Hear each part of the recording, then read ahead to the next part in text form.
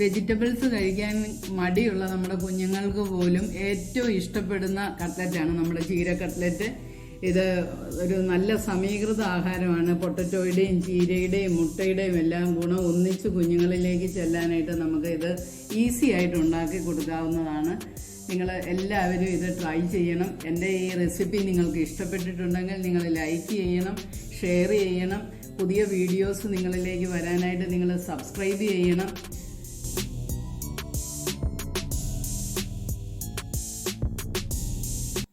ചീര നമ്മൾ നന്നായി കഴുകി വൃത്തിയാക്കി വെള്ളമില്ലാതെ ചെറുതായി അരിഞ്ഞെടുത്തിട്ടുണ്ട്.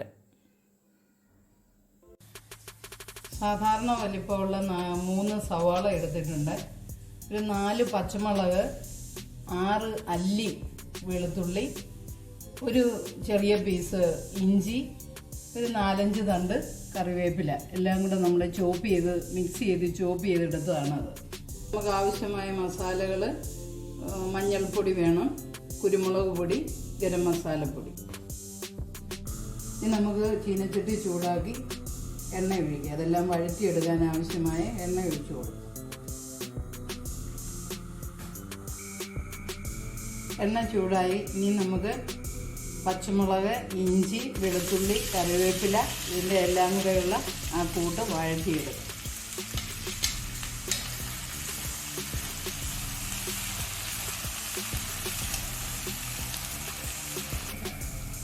ഇനി നമുക്ക് സവാള ഇടാം.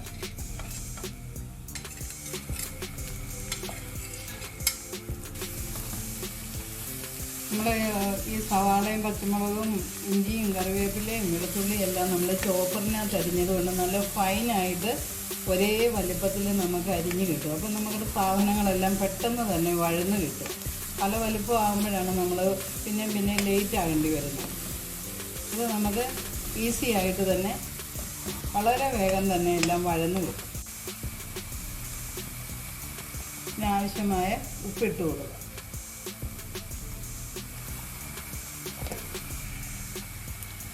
ഇതെല്ലാം വഴന്ന് വരുമ്പോഴത്തേക്ക് നമ്മൾ ഇതിൻ്റെ നടുവ് ഇങ്ങനെയൊന്ന് മാറ്റി നമ്മുടെ മസാലകൾ ഓരോന്നായിട്ട് ഇട്ട് കൊടുക്കുക.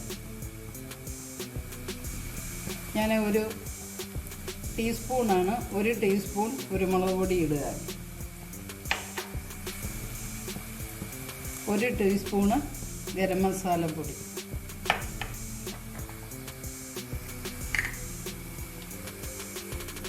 1/2 ടീസ്പൂണ് മഞ്ഞൾപ്പൊടി. നമ്മൾ ചീര കട്ട്ലറ്റ് ആയതുകൊണ്ട് നമ്മൾ ഒത്തിരി മസാലയുടെ ടേസ്റ്റ് കൊടുക്കണ്ട. കട്ട്ലറ്റിന് ഒരു ചെറിയ മസാല ഫ്ലേവർ വരാൻ വേണ്ടി മാത്രം നമ്മൾ ചെയ്യുന്നതാണ്. കുരുമുളകും കുറച്ചിട്ടിരിക്കുന്നത് എന്നാന്ന് വെച്ച് കഴിഞ്ഞാൽ പച്ചമുളക് നമ്മൾ കൊടുത്തിട്ടുണ്ട്. അതിൻ്റെ കൂടെ എല്ലാ എരിവും കൂടെ ആകുമ്പം വല്ലാത്ത എരിവായി പോകാതിരിക്കാൻ വേണ്ടിയിട്ടാണ് ഈ അളവിലിട്ടിരിക്കുന്നത്.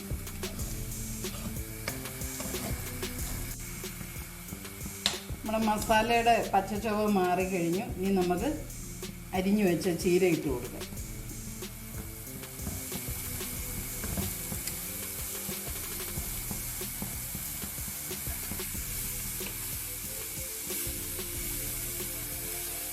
അല്പം പോലും വെള്ളം ഒഴിക്കരുത്. ഇത് ഈ മസാലയുടെ കൂടെ തന്നെ കിടന്നൊന്ന് ആവി കയറിയാൽ മതി.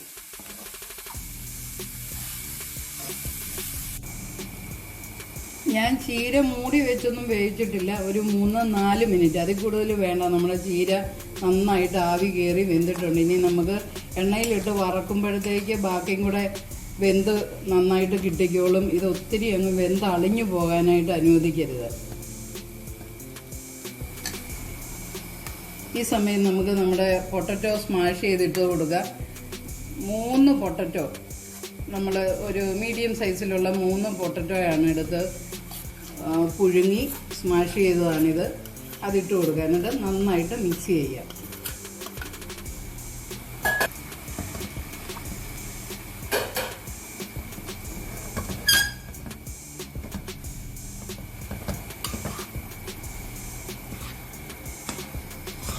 നിങ്ങൾക്ക് ഞാനൊരു ടിപ്പ് പറഞ്ഞു തരാം. നമ്മൾ ഉരുള പിടിക്കുമ്പോൾ നമുക്ക് മുറുക്കെ പിടിക്കാൻ, പിന്നെ ബലത്തിൽ പിടിക്കാൻ ബലമായിട്ട് ഇരിക്കുന്നില്ല എന്നുണ്ടെങ്കിൽ നമ്മളുടെ മധുരമില്ലാത്ത ബ്രെഡ് 2 പീസ് വെള്ളത്തിലൊന്ന് ഡിപ്പ് ചെയ്തിട്ട് നന്നായിട്ട് പിഴിഞ്ഞിട്ട് അത് പൊടിച്ച് ഇതിലേക്ക് ചേർത്താൽ മതി. അപ്പം നമുക്ക് നല്ല ഉരുളകളാക്കി എടുക്കാൻ പറ്റും. ചീര ആയതുകൊണ്ട് ചിലപ്പം പെട്ടെന്ന് തന്നെ അങ്ങ് വെന്ത് വല്ലാതെ ഇങ്ങനെ അയഞ്ഞ പോലെ ഇരിക്കും. അതുകൊണ്ടാണ് ഞാൻ പറഞ്ഞ ചീര അധികം വേവിക്കണ്ടെന്ന്. ആ ബ്രെഡ് അങ്ങനെ ഇട്ട് കഴിഞ്ഞാൽ നമുക്ക് ഈസി ആയിട്ട് ഉരുളകളായിട്ട് എടുക്കാൻ പറ്റും. ഇനി നമുക്ക് തീ ഓഫ് ചെയ്ത് നമുക്കിനി ഉരുളകളാക്കാനുള്ള കാര്യങ്ങൾ ചെയ്യാം. ഇങ്ങനെ ചെറിയ ബോളുകളാക്കി നമുക്ക് ഈ ഷേപ്പിൽ ഉണ്ടാക്കുന്നതായിരിക്കും ചീരയൊക്കെ കട്ട്ലറ്റ് ആക്കുമ്പം നന്ന്.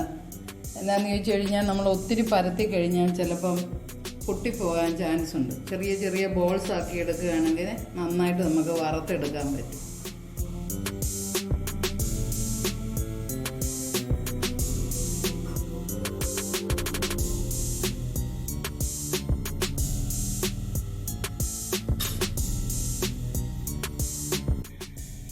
കട്ട്ലറ്റ് ബോൾസ് ഡിപ്പ് ചെയ്തെടുക്കാനായിട്ട് ഞാൻ ഒരു മുട്ട ബീറ്റ് ചെയ്തെടുത്തിട്ടുണ്ട്. കവർ ചെയ്യാനായിട്ട് റൊട്ടിപ്പൊടി എടുത്തിട്ടുണ്ട്. റൊട്ടിപ്പൊടി അവൈലബിൾ അല്ലാത്തവർ നമ്മുടെ റിസ്ക് വാങ്ങിച്ച് മിക്സിയിലിട്ട് ഇങ്ങനെ പൗഡറാക്കി എടുത്താൽ മതി.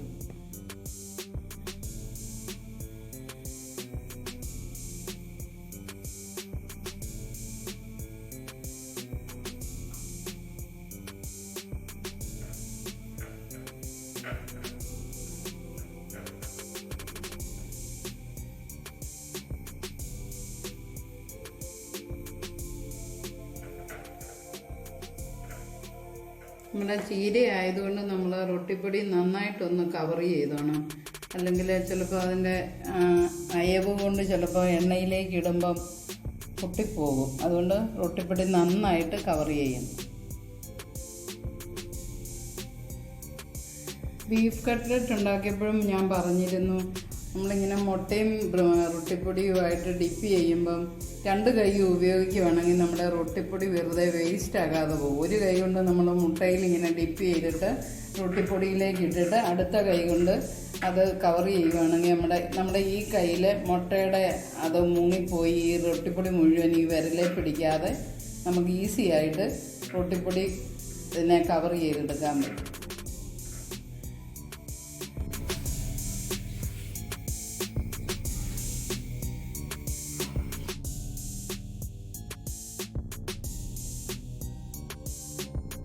അരമണിക്കൂർ ഫ്രിഡ്ജിൽ വെച്ചിരുന്നതാണ്. കാരണം നമ്മുടെ ചീര കട്ട്ലറ്റ് ഇച്ചിരിയും കൂടെ ബലമായിട്ടിരിക്കാനും നമ്മുടെ റൊട്ടിപ്പൊടി അതിൽ പിടിച്ചിരിക്കാനുമാണ്. പിന്നെ ഇങ്ങനെ ഇരിക്കുന്ന റൊട്ടിപ്പൊടി ഇതിപ്പോൾ നമ്മളിതിങ്ങനെ മുക്കിയ പാടെ ഇരിക്കുന്നതാണ്. അതിനെ നമ്മൾ ഒന്നുകൂടെ ഇങ്ങനെ ഒന്ന് വെച്ച് പ്രസ് ചെയ്ത് കൊടുത്തു കഴിഞ്ഞാൽ നമ്മുടെ എണ്ണയിൽ ഒത്തിരി പൊടി സ്പ്രെഡാകാതെ നല്ല ക്ലീനായ എണ്ണയായിട്ട് തന്നെ നമുക്ക് വറുത്ത് കഴിയുമ്പോഴും ഇരിക്കും. അതുകൊണ്ട് ഇങ്ങനെയും കൂടെ ഒന്ന് നമ്മൾ കൈ കൊണ്ടൊന്ന് പൊത്തി അതിനെ നല്ല രീതിയിൽ ഒതുക്കി കൊടുക്കണം റൊട്ടിപ്പൊടിയെ. നമുക്ക് കട്ട്ലറ്റ് ഓരോന്നായിട്ട് വറുത്തെടുക്കാം. അതിനായിട്ട് ചീനച്ചട്ടി ചൂടാക്കി നമ്മൾ എണ്ണ ഒഴിക്കുകയാണ്.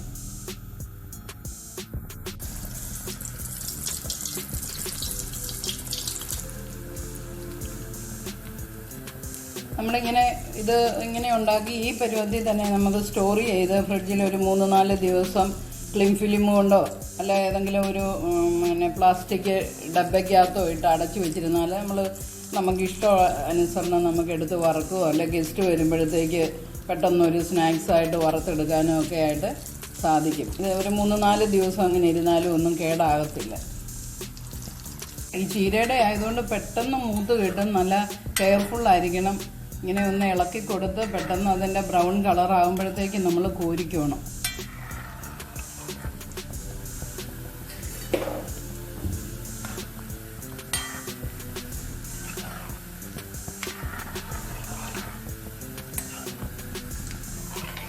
ബ്രൗൺ കളറായി ഇനി നമുക്ക് കോരിയെടുക്കാം.